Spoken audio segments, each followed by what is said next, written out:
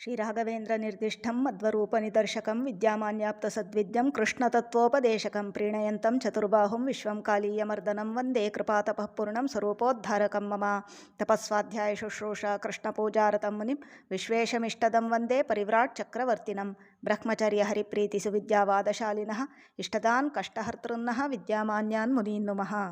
ಪೂಜ್ಯಾಯ ರಾಘವೇಂದ್ರಾಯ ಸತ್ಯಧರ್ಮರತಾಯ ಚ ಭಜತಾಂ ಕಲ್ಪವೃಕ್ಷಾಯ ನಮತಾಂ ಕಾಮಧೇನವೇ ತಪೋ ವಿದ್ಯಾ ವಿರಕ್ತ್ಯಾದಿ ಸದ್ಗುಣೌಘಾಕರಾನಹಂ ವಾದಿರಾಜಗುರೂನ್ ವಂದೇ ಹಯಗ್ರೀವ ಪದಾಶ್ರಯಾನ್ ಅಭ್ರಮಂ ಭಂಗರಹಿತಂ ಅಜಡಂ ವಿಮಲಂ ಸದಾನಂದತೀರ್ಥಮತುಲಂ ಭಜೆ ತಾಪತ್ರಯಾಪಹಂ ಪೂರ್ಣಾನಂದ ಸುಖೋದ್ಭಾಸೀ ಮಂದಸ್ಮಿತಮಧೀಶಿತುಃ ಗೋವಿಂದಸ್ಯ ಸದಾ ಚಿಂತ್ಯಂ ನಿತ್ಯಾನಂದಪದಪ್ರದಂ ವಂದೇ ವಂದ್ಯಂ ಸದಾನಂದಂ ವಾಸುದೇವಂ ನಿರಂಜನಂ ಹರಿಕಥಾಮೃತ ಸಾರಗುರುಗಳ ಕರುಣದಿಂದಾಪನಿತು ಪೇಳುವೆ ಪರಮಭಗವದ್ಭಕ್ತರಿದನಾದರದಿ ಕೇಳುವುದು.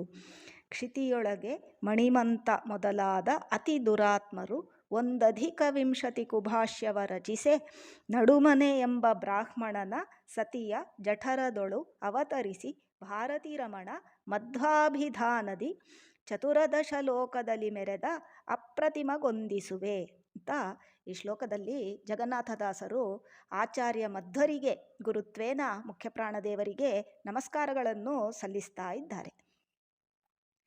ಇಲ್ಲಿ ಆಚಾರ್ಯ ಮಧ್ವರ ಅವತಾರ ಆದ ಬಗ್ಗೆ ಒಂದಷ್ಟು ವಿಷಯಗಳನ್ನು ತೋರಿಸ್ತಾ ಇದ್ದಾರೆ.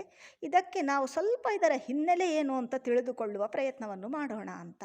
ಅಂದರೆ ಮೇಲ್ನೋಟಕ್ಕೆ ಈ ಶ್ಲೋಕದ ಅರ್ಥ ಏನು ಅಂತಂದರೆ, ಈ ಭೂಮಿಯಲ್ಲಿ ಎಲ್ಲರೂ ಬಂದು, ಅಂದರೆ 21 ಮತಾಚಾರ್ಯರು ಬಂದು ಕುಭಾಷ್ಯ ಅಂತಂದರೆ ಬ್ರಹ್ಮಸೂತ್ರಕ್ಕೆ ಕೆಟ್ಟ ಭಾಷ್ಯ, ಅಂದರೆ ಆಚಾರ್ಯ ಮಧ್ವರು ಅರ್ಥಾತ್ ಅವರ ಗುರುಗಳಾದಂತಹ ವೇದವ್ಯಾಸ ದೇವರು ಕೊಟ್ಟ ಅರ್ಥಕ್ಕೆ ವಿಪರೀತವಾದಂತಹ ಅರ್ಥವನ್ನು ರಚಿಸಿದಾಗ ನಡುಮನೆ ಅಂದರೆ ಮಧ್ಯಗೇಹ ಭಟ್ರ ಪತ್ನಿಯಲ್ಲಿ ಜಠರದಲ್ಲಿ ಅವತಾರ ಮಾಡಿದ್ರು. ಯಾರು ಮಾಡಿದ್ದು ಅಂತಂದರೆ ಭಾರತಿ, ಸಾಕ್ಷಾತ್ ಭಾರತೀ ದೇವಿಯ ಪತಿಯಾದಂತಹ ಮುಖ್ಯಪ್ರಾಣದೇವರು ಮಧ್ವ ಎಂಬ ನಾಮದಿಂದ ಇಡೀ ಎಂತಹ ಮಧ್ವರು ಅಂತಂದರೆ 14 ಲೋಕಕ್ಕೂ ಒಡೆಯದಾದಂತಹ ಅಸದೃಶವಾದಂತಹ ಬಲ, ತಾಕತ್ತು, ಜ್ಞಾನ ಉಳ್ಳಂತಹ ಜೀವೋತ್ತಮರಾದಂತಹ ಮುಖ್ಯಪ್ರಾಣದೇವರು ಅವತಾರ ಮಾಡಿದ್ರು ಅಂತ ಈ ಶ್ಲೋಕದ ಅರ್ಥ. ಇದರ ಸ್ವಲ್ಪ ಹಿನ್ನೆಲೆಯನ್ನು ನೋಡೋಣ. ಅಂದರೆ ಮಧ್ವವಿಜಯ ಅಂತ ಒಂದು ಗ್ರಂಥ ಇದೆ ಅಂತ ನಮಗೆಲ್ಲ ಗೊತ್ತು. ಈ ಮಧ್ವವಿಜಯ ಅನ್ನುವಂತಹ ಗ್ರಂಥದಲ್ಲಿ ಆಚಾರ್ಯ ಮಧ್ವರ ಜೀವನ ಚರಿತ್ರೆಯನ್ನು ತಿಳಿಸಿಕೊಡ್ತಾರೆ. ಈ ಮಧ್ವವಿಜಯ ಅನ್ನುವಂಥದ್ದು ಮಹಾಭಾರತದ ಒಂದು ಮುಂದುವರಿಕೆ ಅನ್ನುವಂಥದ್ದನ್ನು ಹೇಳ್ತಾ ಇದ್ದಾರೆ. ಅಂದರೆ ಮಹಾಭಾರತ ಗ್ರಂಥಕ್ಕೆ ಜಯ ಅಂತ ಗ್ರಂಥ ಅಂತ ಹೆಸರಿದೆ. ಆ ಮಹಾಭಾರತದಲ್ಲಿ ಏನಾಗಿತ್ತು? ಭೀಮಸೇನ ದೇವರಿಂದ ಪೆಟ್ಟು ತಿಂದು ಎಲ್ಲ ದುರಾತ್ಮರನ್ನು ಒಂದು ಹಂತದಲ್ಲಿ ಮುಗಿಸಿದ್ರು ಮುಖ್ಯಪ್ರಾಣದೇವರು. ಆ ಒಂದು ಕಾಲದಲ್ಲಿ ಭೀಮಸೇನ ದೇವರ ಅವತಾರದಲ್ಲಿ ಅವರಿಗೆಲ್ಲ ಇವಾಗ ಸಾಮಾನ್ಯವಾದಂತಹ ಸ್ವಲ್ಪ ಸಾತ್ವಿಕರಿಗೆಲ್ಲ ಹೇಗಿರುತ್ತೆ ಅಂತಂದರೆ, ತಪ್ಪು ಮಾಡಿದಾಗ ಶಿಕ್ಷೆಯನ್ನು ಅನುಭವಿಸುವಂತಹ ಸಂದರ್ಭದಲ್ಲಿ ದೇವರೇ ನಾನು ಏನು ತಪ್ಪು ಮಾಡಿದ್ದೇನೋ ಕ್ಷಮಿಸು ಅಂತ ಹೇಳಿ ಪ್ರಾರಬ್ಧವನ್ನು ಕಳೆದುಕೊಳ್ತಾರೆ. ಆದರೆ ಈ ದೈತ್ಯರು ಹೇಗೆ ಅಂತಂದರೆ, ಮಹಾಭಾರತ ಯುದ್ಧ ಆದಮೇಲೆ ದೈತ್ಯರದ್ದು ಒಂದು ಸಭೆ ನಡೀತಂತೆ. ಅಲ್ಲ, ಈಗ ಈ ಮುಂದೆ ಅವರೆಲ್ಲ ಹುಟ್ಟುತ್ತಾರೆ. ಯಾರು? ಮಣಿಮಂತ ಮೊದಲಾದವರೆಲ್ಲ ನಾವು ದ್ವಾಪರದಲ್ಲಿದ್ವಿ, ಕೃಷ್ಣ ಇದ್ದ, ಕೃಷ್ಣ ಸಾಕ್ಷಾತ್ ಭಗವಂತ, ಇನ್ನು ಇವರೆಲ್ಲ ಅವನ ಅನುಯಾಯಿಗಳು.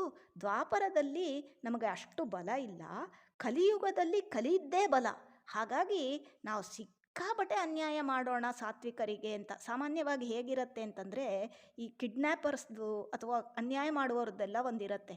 ಅವರು ಆ ಮನೆಯ ಯಜಮಾನ ಪ್ರಬಲ ಅಂತ ಆಗಿದ್ದರೆ ಆ ಹೆಂಡತಿ ಮಕ್ಕಳನ್ನೆಲ್ಲ ಅವರು ಅಟ್ಯಾಕ್ ಮಾಡ್ತಾರೆ.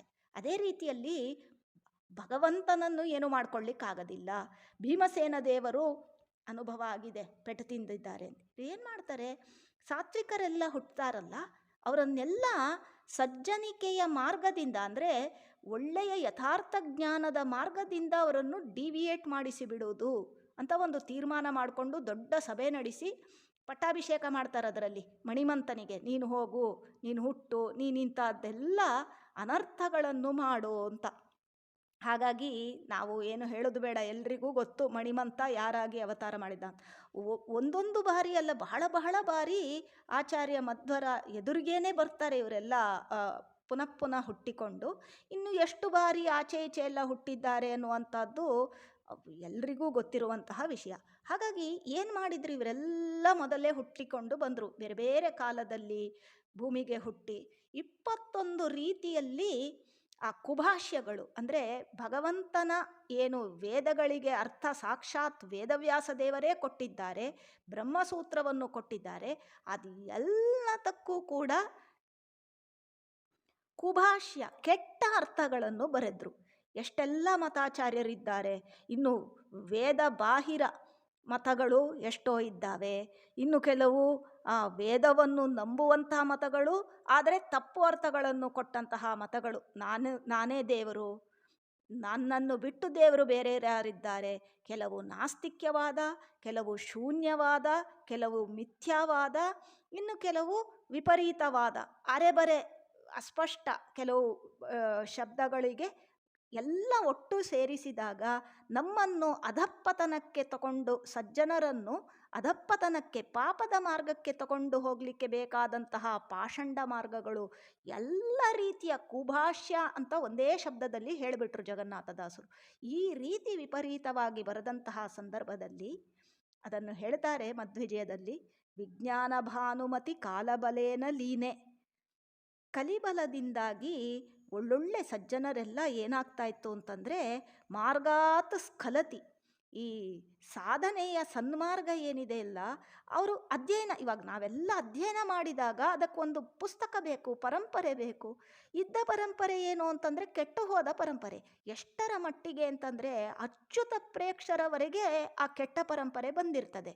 ಏನು ಹೇಳ್ತಾರೆ, ಅಚ್ಯುತ ಪ್ರೇಕ್ಷರೇ ಅದನ್ನು ಹೇಳಿಕೊಂಡಿದ್ದಾರೆ, ಅದು ಕೂಡ ಶಾಸ್ತ್ರದಲ್ಲಿ ಉಲ್ಲಿಖಿತವಾಗಿದೆ. ಏನು ಅಂತಂದರೆ ಅವರ ಗುರುಗಳು ಏನಿದ್ರು ಅವರು ಕಾಲಾಗುವಂತಹ ಸಂದರ್ಭದಲ್ಲಿ ಸಜ್ಜನರು, ಇವರೆಲ್ಲ ಸಾತ್ವಿಕರು ನಿಜವಾಗಿ, ಆದರೆ ಪರಮತದ ಒಂದು ಕೆಟ್ಟ ಭಾಷ್ಯದ ಒಂದು ಇನ್ಫ್ಲೂಯೆನ್ಸಿಗೆ ಒಳಗಾದವರು. ಅವಾಗ ಏನಾಯಿತು ಅಂತಂದರೆ ಅವರು ಮುಕುಂದಂ ಭಜ ಅಂತ ಹೇಳಿ ಅವರೆಲ್ಲ ಕಾಲಾಗಿದ್ದಾರಂತೆ. ಅಂದರೆ ಅಚ್ಯುತ ಪ್ರೇಕ್ಷರಿಗೆ ಪೂರ್ವ ಯತಿಗಳೆಲ್ಲ ಯಾರಿದ್ರೂ ಅವರು ಇದು ಈ ತತ್ವ ಅಂದರೆ ಇವರಿಗೆ ಮುಂಚೆ ಇದ್ದದ್ದು, ಆಚಾರ್ಯರಿಗೆ ಮುಂಚೆ ನಮಗೆ ಗೊತ್ತು ಶಂಕರ ತತ್ವ, ಇನ್ನಿತರ 20 ತತ್ವಗಳೇನಿದೆ ಅದು ಸರಿ ಕಾಣ್ತಾ ಇಲ್ಲ, ಆದರೆ ಏನು ಮಾಡೋದು, ಸರಿ ಅಲ್ಲ ಅಂತ ಗೊತ್ತು ನಮಗೆ, ಸರಿ ಪಡಿಸ್ಲಿಕ್ಕೆ ನಮಗೆ ಗೊತ್ತಿಲ್ಲ, ಹಾಗಾಗಿ ನೀವೇನು ಮಾಡ್ರಿ ಅಂತ ಹೇಳಿದರೆ ಮುಕುಂದಂ ಭಜ ಅಂತ ಮುಕುಂದನನ್ನು ಪ್ರಾರ್ಥನೆ ಮಾಡಿ ಅಂತ ಅವರು ಹೇಳಿ ಕಾಲ ಆಗ್ತಾರೆ ಅಚ್ಯುತ ಪ್ರೇಕ್ಷರ ಗುರುಗಳೆಲ್ಲ. ಅಚ್ಯುತ ಪ್ರೇಕ್ಷರು ಏನು ಮಾಡಬೇಕು, ಕೈಯಲ್ಲಿರುವಂಥದ್ದು ಅದ್ವೈತ ಪುಸ್ತಕಗಳು, ಇನ್ನು ಮುಕುಂದಂಬಜ. ಕೊನೆಗವ್ರು ಏನು ಮಾಡ್ತಾರೆ, ಅನನ್ಯವಾಗಿ ಇಲ್ಲಿ ಈ ಅನಂತಾಸನ ಅನಂತೇಶ್ವರ ದೇವರು ಏನಿದ್ದಾರೆ ಶ್ರೀಮನ್ನಾರಾಯಣ, ಅವರನ್ನು ಕೂತು ಇದೇ ಉಡುಪಿ ಕ್ಷೇತ್ರದಲ್ಲಿ ಅನನ್ಯವಾಗಿ ತಪಸ್ಸನ್ನು ಮಾಡ್ತಾರೆ. ಅವರು ಸಿಕ್ಕಾಪಟ್ಟೆ ತಪಸ್ಸು, ಆದರೆ ಪಾಠ ಪ್ರವಚನ ಮಾಡಲೇಬೇಕು, ತದ್ದಿ ತಪಃ ಅಂತ ಹೇಳಿದ್ದಾರೆ. ಹಾಗಾಗಿ ಪಾಠ ಪ್ರವಚನ ಮಾಡಲೇಬೇಕು. ತಮ್ಮ ಕೈಯಲ್ಲಿ ಸಿಕ್ಕಿದ್ದು ಕುಭಾಷ್ಯ, ಆದರೂ ಕೂಡ ಕರ್ತವ್ಯ ಅನ್ನುವಂತಹ ರೀತಿಯಲ್ಲಿ ಅದನ್ನೇ ಪಾಠ ಪ್ರವಚನ ಮಾಡ್ತಾ ಇದ್ರು. ಅದೇ ಆ ಗುರುಗಳು ಹೇಳಿದ್ದಾರೆ ಇದು ಸರಿಯಲ್ಲ ಅಂತ, ಹಾಗಾಗಿ ಸರಿಮಾರ್ಗ ತೋರಿಸಿ ಅಂತ ಹೇಳಿ ಈಚೆ ಬದಿಯಲ್ಲಿ ಅಚ್ಯುತ ಪ್ರೇಕ್ಷರು ಅನನ್ಯವಾಗಿ ಅವರು ಆ ಅನಂತೇಶ್ವರನನ್ನು ಧ್ಯಾನಿಸ್ತಾ ಇದ್ದಾರೆ. ಅಚ್ಯುತ ಪ್ರೇಕ್ಷರ ಬಗ್ಗೆಯೂ ಕೂಡ ಮಧ್ವಿಜಯದಲ್ಲಿ ಬರ್ತದೆ. ಅವರು ಯಾರು, ಅವರಿಗಾದರೂ ಕೂಡ ಆಚಾರ್ಯರನ್ನು ಪಡೆಯುವಂತಹ ಸಾಮರ್ಥ್ಯ ಹೇಗೆ ಬಂತು ಅಂತಂದರೆ ವರಾನ್ನ ಭುಕ್ತ್ಯ ಕಿಲ ಪಾಂಡವಾಲಯೇ ಅಂತ ಹೇಳ್ತಾರೆ. ಆ ಭಾರತೀ ದೇವಿಯರು ಮಾಡ್ತಾ ಇದ್ದಂತಹ ಅಡಿಗೆ, ಅಕ್ಷಯ ಪಾತ್ರೆ ಏನು ಕೃಷ್ಣ ಕೊಟ್ಟಿದ್ದ, ಆಗ ಭಾರತೀ ದೇವಿಯರು ಅಡಿಗೆ ಮಾಡ್ತಾ ಇದ್ರು.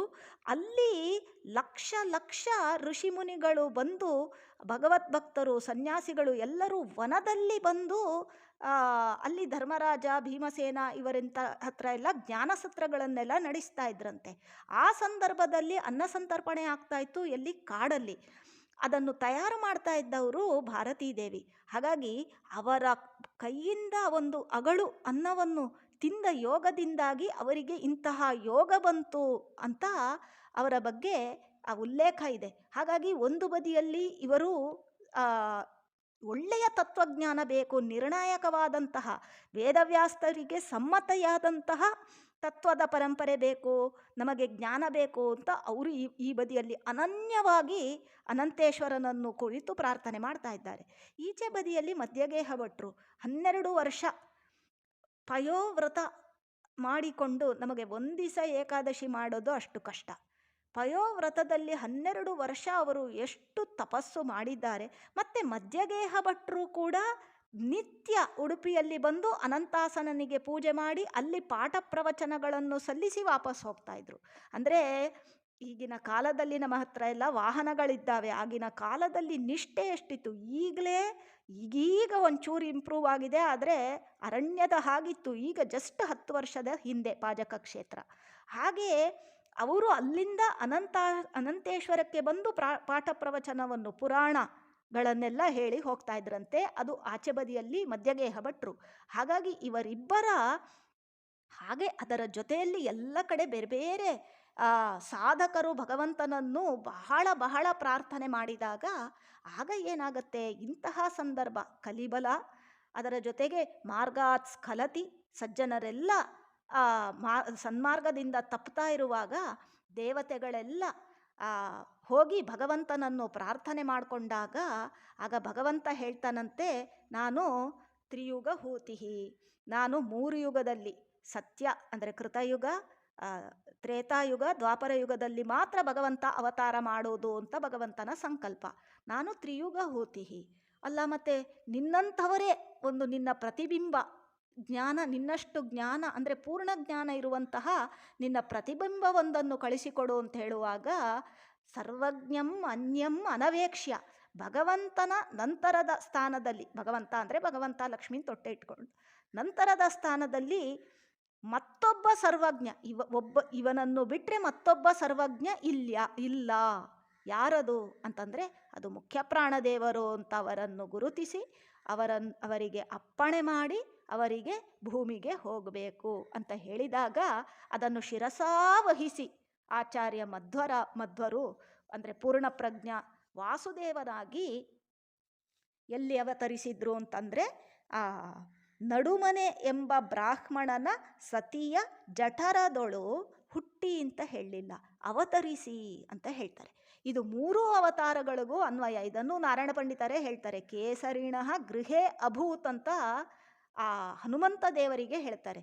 ಕೇಸರಿಯಲ್ಲಿ ಹುಟ್ಟಿದ ಅಂತಲ್ಲ, ಕೇಸರಿಯ ಗ್ರಹ ಅಂತಂದರೆ ಅಂಜನಾದೇವಿ, ಅಲ್ಲಿ ಅಭೂತ್ ಅವತರಿಸಿದ್ರು. ಅಂದರೆ ಹೇಗೆ ಅಂತ ಕೇಳಿದರೆ ಇದೇ ರೀತಿಯಲ್ಲಿ ಭೀಮಸೇನ ದೇವರು ಕೂಡ.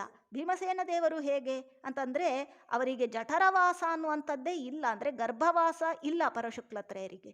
ಹಾಗಿರುವಾಗ ಹೇಗೆ ಅಂತಂದರೆ ಕುಂತಿದೇವಿ ನಮಗೆ ಸ್ಪಷ್ಟ ಗೊತ್ತು, ಮುಖ್ಯ ಪ್ರಾಣದೇವರನ್ನು ಕುರಿತು ಆ ಮಂತ್ರ ದುರ್ವಾಸರು ಕೊಟ್ಟ ಮಂತ್ರ ಜಪ ಮಾಡಿದ್ರು. ಬಂದು ಸ್ಪರ್ಶ ಮಾತ್ರದಿಂದ ಮುಟ್ಟಿದ್ದಷ್ಟೇ ಅಂದರೆ ಸ್ಪರ್ಶ, ಅದು ದಿವ್ಯ ಸ್ಪರ್ಶ, ಅದರ ಮಾತ್ರದಿಂದ ಕೂಡಲೇ ಅವಳ ತೊಡೆಯಲ್ಲಿ ಮಗು. ಹೀಗೆ ಭೀಮಸೇನ ದೇವರ ಅವತಾರ.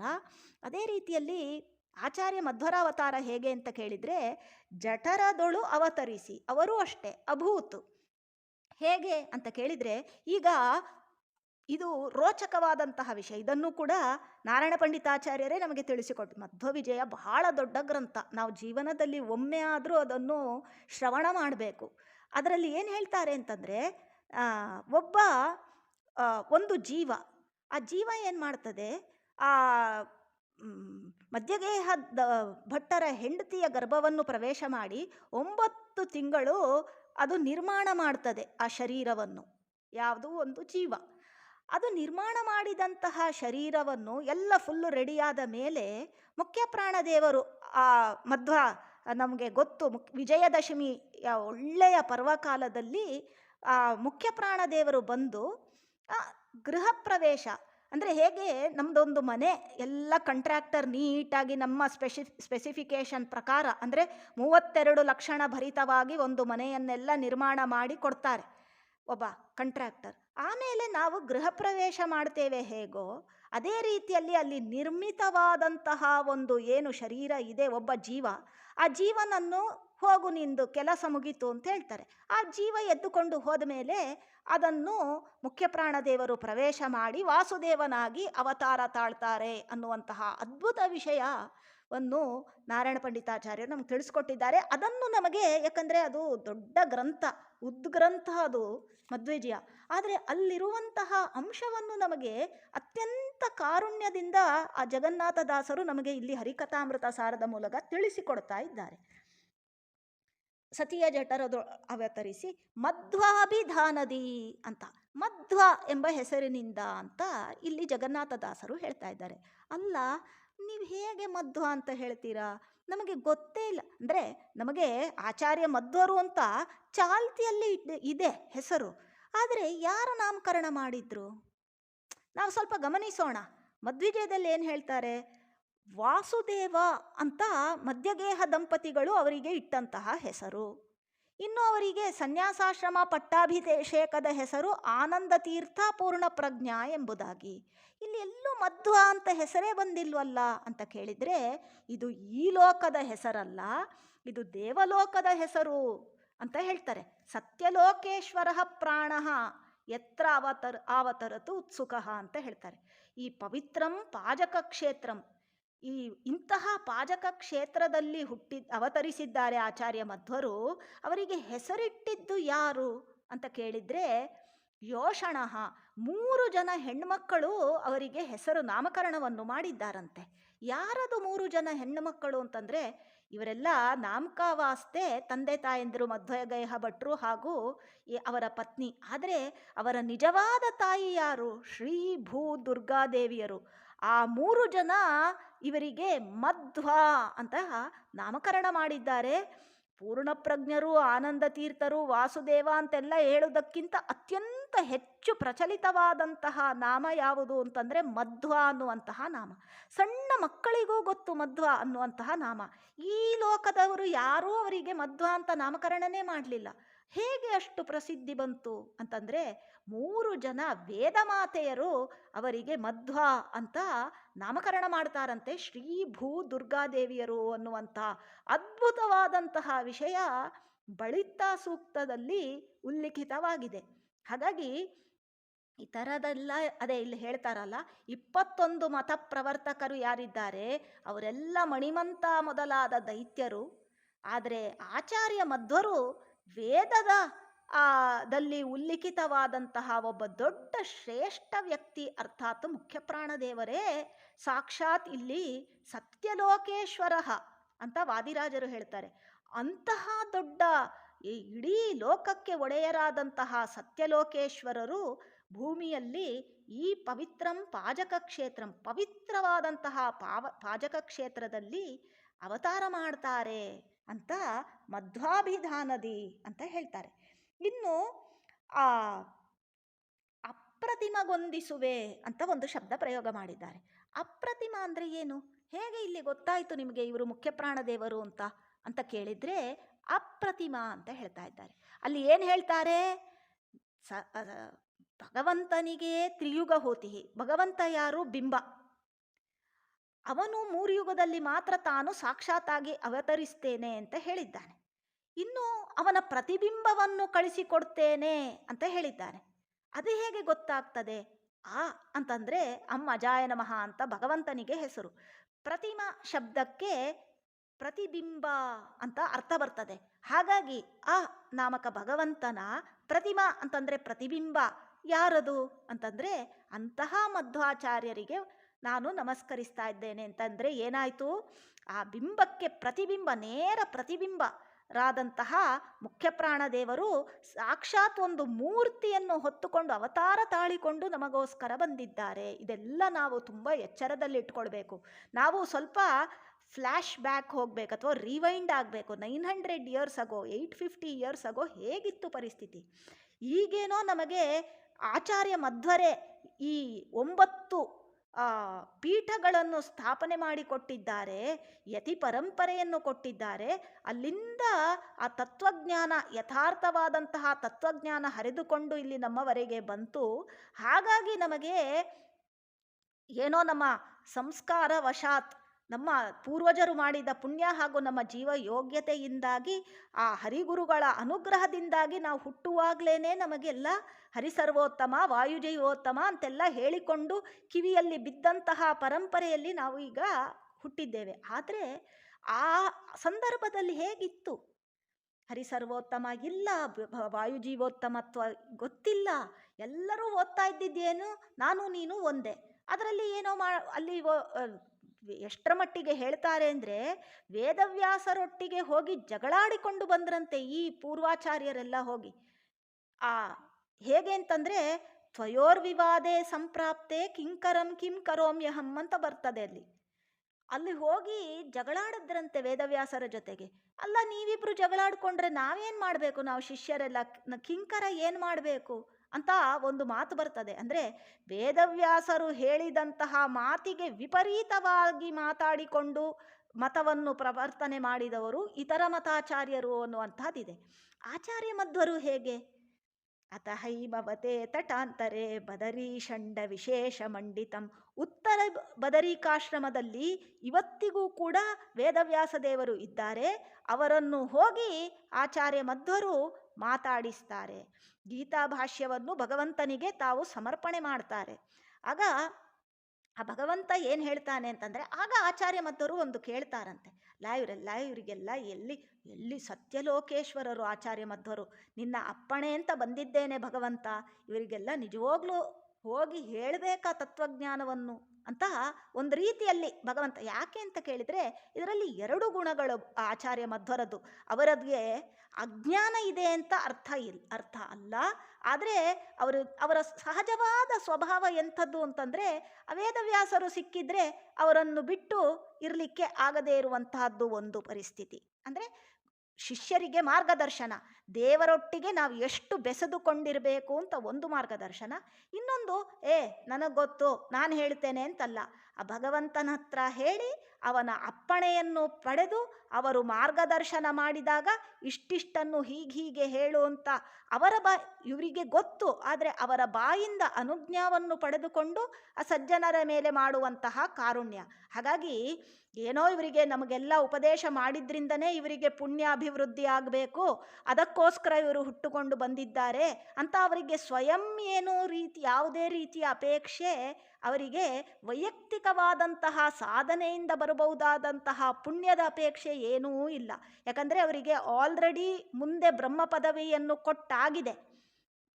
ಅಂದರೆ ಈ ಬ್ರಹ್ಮದೇವರು ಕಲ್ಪದ ಆದ ನಂತರ ಅವರು ಮೋಕ್ಷಕ್ಕೆ ಹೋದಾಗ ಕಟ್ಟಿಟ್ಟ ಬುತ್ತಿ ಈ ಮುಖ್ಯ ಪ್ರಾಣದೇವರಿಗೆ ಬ್ರಹ್ಮ ಪದವಿ. ಹಾಗಾಗಿ ಇಲ್ಲಿ ಬಂದು ನಮಗೆಲ್ಲ ಏನೋ ಉಪದೇಶ ಮಾಡಿ ಪುಣ್ಯ ಸಂಗ್ರಹ ಮಾಡಿಕೊಂಡು ಅವರು ಏನಲ್ಲೆಲ್ಲ ಮೆರೆಯುವ ಯಾವ ಅಪೇಕ್ಷೆಯೂ ಇಲ್ಲ ಅವರಿಗೆ. ಆದರೆ ಭಗವಂತನ ಅಪ್ಪಣೆ ಅಂತ ಹುಟ್ಟಿದ್ದಾರೆ, ಭಗವಂತನ ಆಜ್ಞೆ ಅಂತ ಇಲ್ಲಿ ನಮ್ಮ ಮೇಲೆಲ್ಲ ಕರುಣೆಯನ್ನು ತೋರಿಸ್ತಾರೆ.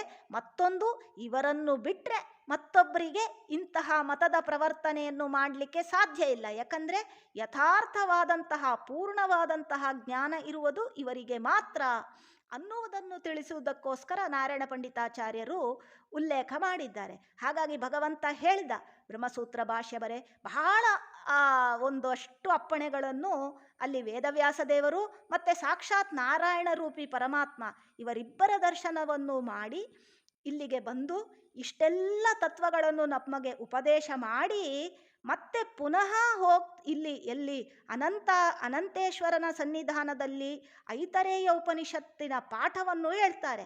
ಆಗ ಮೇಲಿಂದ ಶೇಷದೇವರು ಎಲ್ಲ ದೇವತೆಗಳು ಬಂದು ಇದನ್ನು ಆಲಿಸ್ತಾರೆ.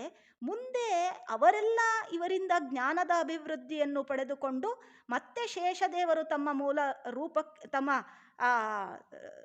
ಒಂದು ಲೋಕಕ್ಕೆ ಹೋಗಿ ಸನಕಾದಿಗಳಿಗೆಲ್ಲ ಉಪದೇಶ ಮಾಡ್ತಾರೆ ಅನ್ನುವಂತಹ ಮಾತು ಕೂಡ ಮಧ್ವವಿಜಯದಲ್ಲಿ ಉಲ್ಲಿಖಿತವಾಗಿದೆ. ಹಾಗಾಗಿ ಇಲ್ಲಿ ಕೊನೆಯಲ್ಲಿ ಅಂದರೆ ಅವತಾರದ ಕಾಲದ ಅವಧಿಯನ್ನು ಮುಗಿಸುವಂತಹ ಒಂದು ಸಂದರ್ಭದಲ್ಲಿ ಆಚಾರ್ಯ ಮಧ್ವರು ಇಲ್ಲಿ ಅನಂತೇಶ್ವರನ ಸನ್ನಿಧಾನದಲ್ಲಿ ಆ ಭಗವಂತನ ವಿಷಯದ ಜ್ಞಾನವನ್ನು ಜನರಿಗೆ ಕೊಡ್ತಾ ಇದ್ದಾರೆ. ಬಹಳಷ್ಟು ಸಾತ್ವಿಕರು ಅದನ್ನು ಆಲಿಸಿದ್ದಾರೆ ಅಂತ ಹೇಳ್ತಾರೆ. ಆಗ ಆ ದೇವತೆಗಳೆಲ್ಲ ಪುಷ್ಪವೃಷ್ಟಿ ಮಾಡಿದ್ದನ್ನು ಆಗ ಇದ್ದಂತಹ ಸಜ್ಜನರು ಅಂತಂದರೆ ಯೋಗ್ಯರೇ ಆಗಿರಬೇಕು ಅವರೆಲ್ಲ ಕಂಡಿದ್ದಾರೆ. ಅಷ್ಟೇ ಅಲ್ಲ, ಆ ಪುಷ್ಪಗಳ ಪರಿಮಳವೂ ಕೂಡ ಇವರಿಗೆ ಗೊತ್ತಾಗಿದೆ ಅಂತೆ, ಅದೂ ಕೂಡ ಹೇಳ್ತಾರೆ. ಹಾಗಾಗಿ ಪ್ರತ್ಯಕ್ಷವಾಗಿ ಇದ್ದಂತಹ ಆಚಾರ್ಯ ಮಧ್ವರು ಅಂತಹ ಕ್ಷೇತ್ರ ಈ ಉಡುಪಿ ಪಾಜಕ ಕ್ಷೇತ್ರಗಳು. ಹಾಗಾಗಿ ದೇವಲೋಕದ ಸಂಬಂಧ ಇದೆ. ಮತ್ತೆ ಆಚಾರ್ಯ ಮಧ್ವರು ಇಲ್ಲಿ ಒಂದು ರೂಪದಿಂದ ಇದ್ದಾರೆ, ಅದರ ಜೊತೆಗೆ ಅದೃಶ್ಯವಾಗಿ ಮರುಕ್ಷಣದಲ್ಲೇ ಉತ್ತರ ಬದರಿಕಾಶ್ರಮದಲ್ಲಿ ಗೋಚರ ಆಗ್ತಾರೆ ಅನ್ನುವಂತಹ ವಿಷಯವನ್ನೂ ಕೂಡ ನಾರಾಯಣ ಪಂಡಿತಾಚಾರ್ಯರು ತಿಳಿಸಿಕೊಡ್ತಾರೆ. ಮತ್ತೆ ಅಲ್ಲಿ ಉತ್ತರ ಬದರಿಕಾಶ್ರಮದಲ್ಲಿ ಹೇಗಿದ್ದಾರೆ ಅಂತಂದರೆ, ಉತ್ತರ ಬದರಿಕಾಶ್ರಮದಲ್ಲಿ ಸಾಕ್ಷಾತ್ ವೇದವ್ಯಾಸ ದೇವರು ಇದ್ದಾರೆ. ಅವರು ಇವತ್ತಿಗೂ ಕೂಡ ಅವರು ಅಲ್ಲಿ ಸಂಭಾಷಣೆಯಲ್ಲಿದ್ದಾರೆ. ಮತ್ತು ಬಹಳ ನಾವು ಅನನ್ಯ ಭಕ್ತಿಯಿಂದ ಮುಖ್ಯ ಪ್ರಾಣದೇವರ ಚಿಂತನೆ ಮಂಥನೆ ಮಾಡುವಂತಹ ಈ ಜ್ಞಾನಿ ಪರಂಪರೆಗಳೇನಿದ್ದಾವೆ ಅವರೆಲ್ಲರಿಗೂ ಕೂಡ ವಿಶೇಷ ಅನುಗ್ರಹ ಆಗಿರುವಂತಹದ್ದು ಮುಖ್ಯ ಪ್ರಾಣದೇವರದ್ದು ಅಂತ ಕೂಡ ನಾವು ಚಿಂತನೆ ಮಾಡಬೇಕು. ಹಾಗಾಗಿ ಇಂತಹ ಆಚಾರ್ಯ ಮಧ್ವರು ನಮಗೋಸ್ಕರ ನಾವಿಷ್ಟೆಲ್ಲ ಯಾಕೆ ತಿಳಿತಾ ಇದ್ದೇವೆ ಅಂತಂದರೆ, ನಾವು ನಮಗೆ ಸಾಧನೆಯ ಮಾರ್ಗದಲ್ಲಿ ಮುನ್ನಡೆದು ನಾವು ಆ ಅಪರೋಕ್ಷ ಜ್ಞಾನವನ್ನು ಪಡೆಯುವಂತಹ ದೊಡ್ಡ ದೊಡ್ಡ ಘಟ್ಟಗಳು ಬಾಕಿ ಇದೆ ನಮಗೆ. ಆದರೆ ನಾವಿನ್ನು ಮೊದಲಿನ ಮೆಟ್ಟಿಲನ್ನೇ ಏರದೇ ಇದ್ದರೆ ಹೇಗೆ? ನಾವು ಫಸ್ಟ್ ಫ್ಲೋರ್ಗೆ ಹೋಗಬೇಕು ಅಂತಂದರೆ ನಾವು ಫಸ್ಟ್ ಸ್ಟೆಪ್ ಇಡಬೇಕು. ನಾವು ಹೋಗಬೇಕಾದ್ದು ಎಷ್ಟು ದೊಡ್ಡ ಸಾಧನೆಯ ಮಾರ್ಗ. ನಾನು ಹೇಳಲಿಕ್ಕೆ ಬಂದಿದ್ದು ತಾತ್ಪರ್ಯ ಏನು ಅಂತಂದರೆ, ಆಚಾರ್ಯ ಮಧ್ವರು ಎಂತಹ ಪರಿಸ್ಥಿತಿಯಿಂದ ಎತ್ತಿ ಹಿಡಿದು ನಮ್ಮನ್ನು ಎಂತಹ ಜ್ಞಾನ ಮಾರ್ಗಕ್ಕೆ ಅಷ್ಟು ಗ್ರಂಥಗಳನ್ನು ಕೊಟ್ಟಿದ್ದಾರೆ. ನಾವು ಇದು ಕೊಟ್ಟಿದ್ಯಾರಿಗೆ? ನಮಗೋಸ್ಕರ. ನಾವದರಲ್ಲಿ ಅಷ್ಟು ನಮಗೆ ವಿ ಆರ್ ಕಾಂಪ್ಲೆಸೆಂಟ್ ಆ್ಯಂಡ್ ಡಿಸ್ಇಂಟ್ರೆಸ್ಟೆಡ್. ಇದೆರಡು ದೊಡ್ಡ ದೋಷಗಳು ನಮಗೆ. ಏನು ಹೇಳಿದ್ದಾರೆ ಆಚಾರ್ಯರು ಅಂತ ತಿಳ್ಕೊಳ್ಳುವ ಹಂತದಲ್ಲೇ ಇಲ್ಲ ನಾವು ಖಂಡಿತವಾಗಿಯೂ ಕೂಡ ಆಚಾರ್ಯರು ಕೊಟ್ಟಂತಹ ಗ್ರಂಥಗಳ ಆ ದೊಡ್ಡ ಸವಿಯನ್ನು ಪಡಿಬೇಕಾದ್ದು ನಾವು. ಯಾಕಂದರೆ ವೇದವ್ಯಾಸರು ಕೊಟ್ಟಿರುವಂತಹದ್ದು ದೊಡ್ಡ ವೇದ ಮಾರ್ಗ. ಆಚಾರ್ಯ ಮಧ್ವರು ಅದನ್ನು ನಮಗೆ ಡಿಸೈಫರ್ ಮಾಡಿ ಸರಿಯಾಗಿ ನಮಗೆ ತಿಳಿಸಿಕೊಟ್ಟು ಕನ್ಸೈಸ್ ಮಾಡಿ ಕೊಟ್ಟಿದ್ದಾರೆ. ಅದನ್ನು ಎಲ್ಲ ಜ್ಞಾನಿಗಳು ಟೀಕೆ ಟಿಪ್ಪಣಿ ಮೂಲಕ ಪರಂಪರೆಯನ್ನು ಮುಂದುವರಿಸಿಕೊಂಡು ಬಂದಿದ್ದಾರೆ. ನಾವು ಎಲ್ಲ ಮಾಧ್ವ ಯುವಕರು ಯುವತಿಯರೆಲ್ಲ ನಾವಿದನ್ನು ತಿಳಿದುಕೊಳ್ಳುವಲ್ಲಿ ನಾವು ಖಂಡಿತ ದೊಡ್ಡ ನಿಧಿ ಇದು. ನಾವು ಯಾವುದ್ಯಾವುದೋ ಹಣವನ್ನು ನಿಧಿ ಅಂತ ಅದರ ಬೆನ್ನ ಹಿಂದೆ ಹೋಗ್ತಾ ಇದ್ದೇವೆ. ಆದರೆ ದೊಡ್ಡ ನಿಧಿ ಇದು. ನಮ್ಮ ಆತ್ಮ ಸಾಕ್ಷಾತ್ಕಾರ ಬಿಂಬ ಸಾಕ್ಷಾತ್ಕಾರಕ್ಕೆ ಬೇಕಾದಂತಹ ದೊಡ್ಡ ನಿಧಿ ಖಜಾನೆಯನ್ನು ಆಚಾರ್ಯ ಮಧ್ವರು ನಮಗೆ ಆ ಗ್ರಂಥಗಳು ಸರ್ವಮೂಲ ಗ್ರಂಥಗಳ ಮೂಲಕ ತೆರೆದಿಟ್ಟಿದ್ದಾರೆ. ನಮಗೆ ಈ ಶಾಸ್ತ್ರಗಳನ್ನು ತಿಳಿಸಿಕೊಡಲಿಕ್ಕೆ ಬಹಳ ಬಹಳ ಪಂಡಿತರು ಉತ್ಸುಕರಾಗಿ ನಮಗೆ ತಿಳಿಸಿಕೊಡುವಂತಹ ಪಂಡಿತರು ಇದ್ದಾರೆ. ನಮ್ಮನ್ನು ಸಂಪರ್ಕಿಸಿದರೆ ಆ ಪಂಡಿತರನ್ನು ಕೂಡ ಪರಿಚಯಿಸಿಕೊಡಬಹುದು. ಯುವಕರು ಅಥವಾ ಎಲ್ಲರಿಗೂ ಕೂಡ ಅವರನ್ನು ಪರಿಚಯಿಸಿಕೊಡಬಹುದು. ನಾವು ಒಂದು ಕಮೆಂಟ್ ಹಾಕಿದರೆ ಸಾಕು, ಅಂತಹ ಉತ್ಸುಕರಾದಂತಹ ಒಳ್ಳೆ ಶ್ರೇಷ್ಠ ಜ್ಞಾನಿ ಪಂಡಿತರಿದ್ದಾರೆ. ಇವತ್ತು ನಮ್ಮ ಮನೆಯ ತನಕ ಅದನ್ನು ತಲುಪಿಸಿಕೊಡಲಿಕ್ಕೆ ಇರುವವರು ಇದ್ದಾರೆ. ಹಾಗಾಗಿ ಇದರ ಸದುಪಯೋಗವನ್ನು ಖಂಡಿತವಾಗಿ ಪಡೆದುಕೊಳ್ಳೋಣ. ಹೆಣ್ಮಕ್ಕಳು ಆ ಹರಿಕಥಾಮೃತ ಸಾರವನ್ನು ಒಂದು ಲೆವೆಲ್ಲಲ್ಲಿ ಏನು ಅಂತಂದರೆ ಪಾರಾಯಣದಲ್ಲಿ ಇಟ್ಟುಕೊಳ್ಬೇಕು. ಇನ್ನೊಂದು ಏನು ಅಂತಂದರೆ ಅದರಲ್ಲಿ ಏನು ಅಡಕವಾದಂತಹ ವಿಷಯವಿದೆ. ನಮ್ಮ ಆ ದೊಡ್ಡ ದೊಡ್ಡ ಮುಖ್ಯ ಪ್ರಾಣದೇವರು, ಭಾರತೀ ದೇವಿಯರು, ತತ್ವಾಭಿಮಾನಿ ದೇವತೆಗಳು, ನಮ್ಮ ಸಾಧನೆಯ ಮಾರ್ಗ, ಪಾರಾಯಣದ ಮಾರ್ಗ, ಜಪಗಳ ಮಾರ್ಗ ಎಲ್ಲವನ್ನು ಹೆಜ್ಜೆ ಹೆಜ್ಜೆಗೂ ಮುಂದೆ ಕಾಲು ಹೇಗಿಡಬೇಕು ಅನ್ನುವುದನ್ನು ಆಚಾರ್ಯ ಮಧ್ವರು ತಿಳಿಸಿಕೊಟ್ಟಿದ್ದಾರೆ. ಇದು ಹಾಗಾಗಿ ಬಹಳ ಹೆಮ್ಮೆಯ ವಿಷಯ ಹಾಗೂ ಬಹಳ ಉಪಕಾರ ಮಾಡಿದ್ದಾರೆ. ಮತ್ತು ನಾವು ಪ್ರಯೋಜನವನ್ನು ಪಡೆಯುವಂತಹ ವಿಷಯ ಅದು ಆಚಾರ್ಯ ಮಧ್ವರ ಆ ಶಾಸ್ತ್ರ ಪರಂಪರೆ ಹಾಗೂ ದೇವಸ್ಥಾನಗಳು. ಕೃಷ್ಣನ ವಿಗ್ರಹ ಯಾಕೆ ಕೊಟ್ಟಿದ್ದಾರೆ? ಸಿದ್ಧಿ ವಿಘ್ನ ಮುಖ ದೋಷ ಭೇಷಜಂ. ನಾವು ಎಲ್ಲರೂ ಕೂಡ ಸಮಯ ಮಾಡಿಕೊಂಡು ಆಗಾಗ ದೊಡ್ಡ ಕ್ಷೇತ್ರ, ನಮ್ಮೆಲ್ಲರ ದೊಡ್ಡ ಕ್ಷೇತ್ರವಾದಂತಹ ಈ ಕೃಷ್ಣನ ಸನ್ನಿಧಾನ, ಉಡುಪಿ ಕೃಷ್ಣನ ಸನ್ನಿಧಾನಕ್ಕೆ ಬಂದು ನಾವು ದರ್ಶನ ಪಡಿಬೇಕಾದ್ದು. ಯಾತಕ್ಕೋಸ್ಕರ ಕೊಟ್ಟರು ಈ ಪ್ರತಿಮೆಯನ್ನು ಅಂತ ಕೇಳಿದರೆ, ಸಾಧಕರಿಗೆ ಸಾಧನೆಯಲ್ಲಿ ಬರಬಹುದಾದಂತಹ ದೊಡ್ಡ ದೊಡ್ಡ ವಿಘ್ನಗಳು, ಆ ವಿಘ್ನಗಳು ಯಾಕೆ ಬಂತು? ನಮ್ಮ ದೋಷದಿಂದಾಗಿ. ಹಾಗಾಗಿ ಸಾಧಕರಿಗೆ ಸಿದ್ಧಿ ವಿಘ್ನ ಮುಖ ದೋಷ, ಆ ದೋಷಕ್ಕೆಲ್ಲ ಭೇಷಜಂ, ಔಷಧಿಯ ಒಂದು ಸ್ಥಾನದಲ್ಲಿ ಈ ಕೃಷ್ಣನ ವಿಗ್ರಹ ಇದೆ. ನಮಗೆ ಬೇರೆ ಬೇರೆ ರೀತಿಯಾದಂತಹ ಅಂದರೆ ತಾಪತ್ರಯಗಳು, ಅದರ ಪರಿಹಾರಕ್ಕೆ ಸಾಧ್ಯವಾದಾಗ ಆಗಾಗ ಬಂದು ನಮ್ಮದ್ದೇ ಕೃಷ್ಣ ಮಠ. ಹಾಗಾಗಿ ಆಗಾಗ ಬಂದು ಆ ನವಗ್ರಹ ಕಿಂಡಿಯ ಮೂಲಕ ಆ ಕೃಷ್ಣನ ದರ್ಶನವನ್ನು ಮಾಡಿಕೊಂಡು ಹೋಗಬೇಕು. ಅಂದರೆ ನಮಗೆ ಏನಾಗತ್ತೆ, ಆಗಾಗ ಒಂದಷ್ಟು ಪಾಪದ ಫಲವಾಗಿ ದೋಷ ಸಂಗ್ರಹ ಆಗಿಕೊಂಡಿರತ್ತೆ. ಇಲ್ಲಿ ಬಂದು ಕೃಷ್ಣನ ದರ್ಶನ ಮಾತ್ರದಿಂದಾಗಿ ಆ ದೋಷಕ್ಕೆಲ್ಲ ಔಷಧ, ಅಂದರೆ ಆ ದೋಷವನ್ನೆಲ್ಲ ಬಡಿದು ಓಡಿಸುವವ ಆ ಕೃಷ್ಣದೇವರು. ಹಾಗಾಗಿ ಆ ನಮ್ಮ ಮಾಧ್ವರಾಗಿ ಹುಟ್ಟಿದ್ದೇ ಯಾವುದೋ ಜನ್ಮದ ಪುಣ್ಯ. ಆ ಪುಣ್ಯವನ್ನು ಇನ್ನಷ್ಟು ಅಭಿವೃದ್ಧಿ ಮಾಡಿಕೊಳ್ಬೇಕು. ಆದರೆ ಅದೇ ರೀತಿಯಲ್ಲಿ ಪಾಪವೂ ಸಂಗ್ರಹ ಆಗಿರ್ತದೆ. ಅದನ್ನು ಎರಡು ರೀತಿಯಲ್ಲಿ ಪರಿಹಾರ ಮಾಡಿಕೊಳ್ಬೇಕು. ಒಂದು, ಈ ರೀತಿಯ ಹರಿಕಥಾಮೃತಾದಿ ಗ್ರಂಥಗಳ ಶ್ರವಣ, ಭಾಗವತ ಇತ್ಯಾದಿ ಗ್ರಂಥಗಳ ಶ್ರವಣ. ಮತ್ತೊಂದು, ಯಾವಾಗ ಯಾವಾಗ ಸಾಧ್ಯ ಆಗ ಬಂದು ಎಲ್ಲೋ ಪಿಕ್ನಿಕ್ಕು ರೆಸಾರ್ಟ್ ಅಂತೆಲ್ಲ ಹೋಗೋದಕ್ಕಿಂತ ಒಳ್ಳೆ ಏನು ಅಂತಂದರೆ ಈ ಕೃಷ್ಣದೇವರ ದರ್ಶನ. ಇದು ನಮ್ಮ ಸಾಕ್ಷಾತ್ಕಾರಕ್ಕೆ ಮೂಲ. ಎಲ್ಲಿವರೆಗೂ ನಮಗೆ ಯಾವುದಾದ್ರೂ ಇಲ್ನೆಸ್ ಇದ್ದರೆ ಅದು ಮೆಡಿಸಿನ್ ತಗೊಂಡ್ರೇ ಪರಿಹಾರ.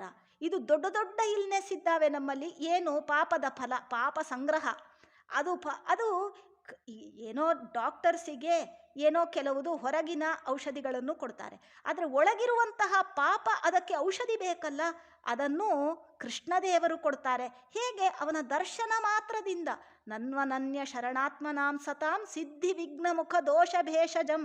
ಆ ಸಿದ್ಧಿಗೆ ವಿಘ್ನವಾಗಿರುವಂತಹ ದೋಷಕ್ಕೆ ಮೂಲವಾಗಿರುವಂತಹ ಪಾಪಕ್ಕೆ ಔಷಧ, ಪಾಪವನ್ನು ಕಿತ್ತು ಬಿಸಾಡ್ತಾರಂತೆ ಕೃಷ್ಣದೇವರು. ಆಚಾರ್ಯ ಮಧ್ವಾಂತರ್ಗತ ವೇದವ್ಯಾಸ ಕೃಷ್ಣದೇವರು. ಹಾಗಾಗಿ ಇಲ್ಲಿ 3 ಜನರು ಇದ್ದಾರೆ ಕೃಷ್ಣನ ವಿಗ್ರಹದಲ್ಲಿ. ಒಬ್ಬ ಸಾಕ್ಷಾತ್ ಕೃಷ್ಣ ಪರಮಾತ್ಮ, ಅವನ ಕೈಯಲ್ಲಿ ಒಂದು ದಂಡ ಇದೆ, ಎಡಗೈಯಲ್ಲಿ ಒಂದು ಚಾವಟಿ ಇದೆ. ಅದು ಲಕ್ಷ್ಮೀ ಹಾಗೂ ವಾಯುದೇವರ ಸನ್ನಿಧಾನ ಅಂತ ಅರ್ಥ ಅದಕ್ಕೆ. ಹಾಗಾಗಿ ಇದನ್ನು ನಾವು ಸದಾ ನಮ್ಮ ಮನೆಯಲ್ಲಿದ್ದಾಗ ಕೃಷ್ಣನ ಆ ರೂಪದ ಚಿಂತನೆಯನ್ನು ಮಾಡಬೇಕು.